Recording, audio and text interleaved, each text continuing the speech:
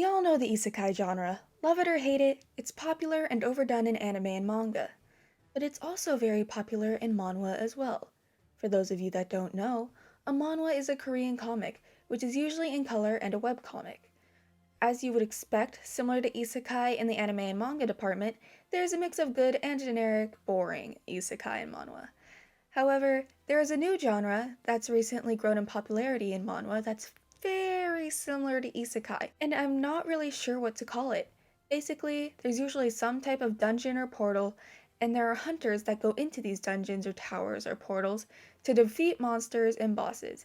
It's basically like a mix of modern day and fantasy RPGs, where you can step in and out of another world. In most of these manhwa, there's a ranking system and guilds of hunters. I'd attribute the spike in popularity to this subgenre of isekai to solo leveling, as I'm sure it's not only many people's introduction to this genre, but also introduction to manhwa in general. I will admit, I loved solo leveling when I first read it, but by the time season 2 came out, I couldn't remember much and it felt like it was just a bland power fantasy. Maybe I'm wrong though, because as much as I used to love solo leveling, after getting more into manhwa, I've come to realize there's much better. I do plan to reread Solo Leveling in the future and finish season 2 so I can make a review on it from a fresh viewpoint. Anyways, this video isn't about solo leveling. It's about SS-Class Suicide Hero. I've read many manhwa from this subgenre of isekai, and so I'm fairly used to the badass protagonist you feel no connection to, as it's just the author's power fantasy where he can pick up a harem of female characters with surface level personalities that devolve into obsessing over the main character. I've had to drop a few manhwa because of this, so as much as I like this genre, I'm always very wary before I pick something up. That being the case, I made sure to read a few comments on Suicide Hunter before starting it, and they were all fairly positive reviews, so I picked it up. I'm going to do my best to keep this review somewhat spoiler free, so forgive me if I'm vague or let a spoiler slip. Our main character, Gongja, looks like every other isekai protagonist ever. Dark hair and a fairly handsome face. In terms of his character design, I've seen it at least 50 times. She just looks so basic, that's her only problem. She looks like every other bitch. Like, am I wrong? She looks like every other bitch, like... His personality, however, has got me hooked. We all know the edgy alpha male, main character that is always brooding and oozing with mystery, along with a shitload of generic. Thankfully, that isn't Gongja. This man is one of the pettiest characters I've ever come across. Often you see main characters take the holier-than-thou approach because they're just that good, or they're a mass murderer, but it's okay because it adds angst. But nah, this man just runs on spite and attention. He doesn't aim to be a lone wolf and keep his identity hidden just because it's cool, but rather is aware that he is incredibly weak and will need to use his brain and persistence as well as the help of others in order to move forward. Even when he does try to keep his identity a secret from the public, it isn't for long and it's for a good reason. He seems very relatable and realistic to me, which makes reading the story all the more enjoyable. So what, may you ask, makes him the main character? Why is he so special? Well, he sure as hell doesn't start off as special. He's introduced as an envious failure in life, sitting at the lowest hunter rank, rank F.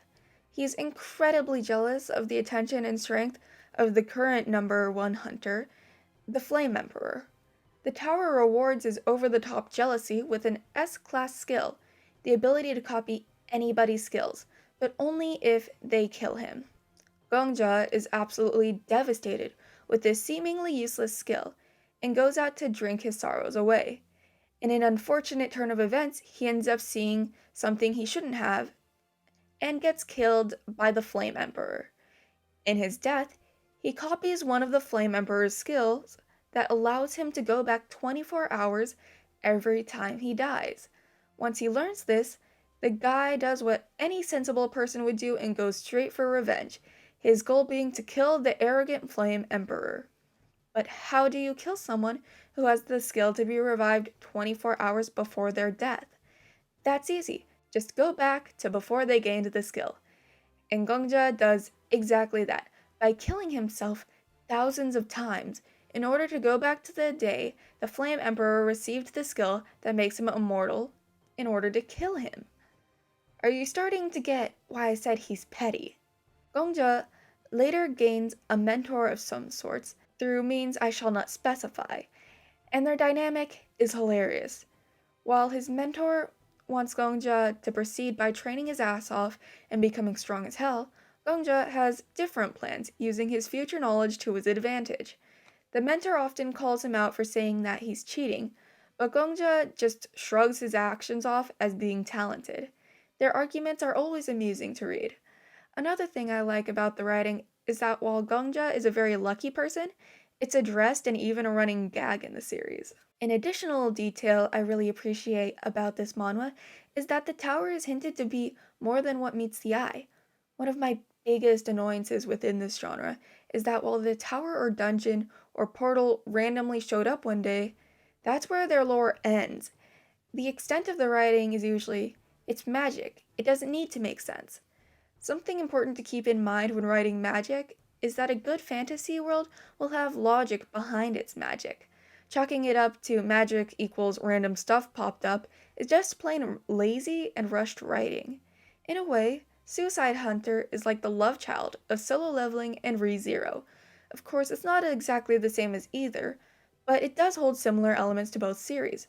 Whenever Gongja dies, he does seem to go through some type of trauma. In fact, because of his mass suicides at the beginning of the story, he becomes somewhat numb to his own death and no longer fears it.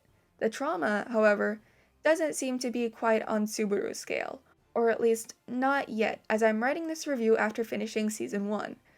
Unlike Subaru, he hasn't met complete despair that has left him feeling hopeless to the point where he wants to give up and run away. Something similar to that may occur in the future, as one of the genres is psychological, but for now that is just speculation. I also like how there has been zero romance so far. Our main character doesn't seem interested in it, and even flat out says that at one point. While I'm not completely against romance subplots, they are often written very poorly within this genre. At first I was cautious when I saw there were many powerful female characters, as they are usually introduced as powerful and then all fall in love with the main character, reducing them to just another love interest. However, none of the female characters have fallen for Gongja like that, at least, which made me give a huge sigh of relief, because hey look, the female characters are strong and didn't all immediately get reduced to useless love interests the moment they saw the main character. I highly recommend this manhwa to anyone interested, and I'm excited to see where it's headed from here. At the moment, I'd rate it a good 8 out of 10. That score may change over time, depending on how Suicide Hunter continues, but let's all hope it doesn't lower. Thanks for watching. If you would like to see more anime-related content, be sure to like this video and subscribe to my channel. See you next video. Echo out.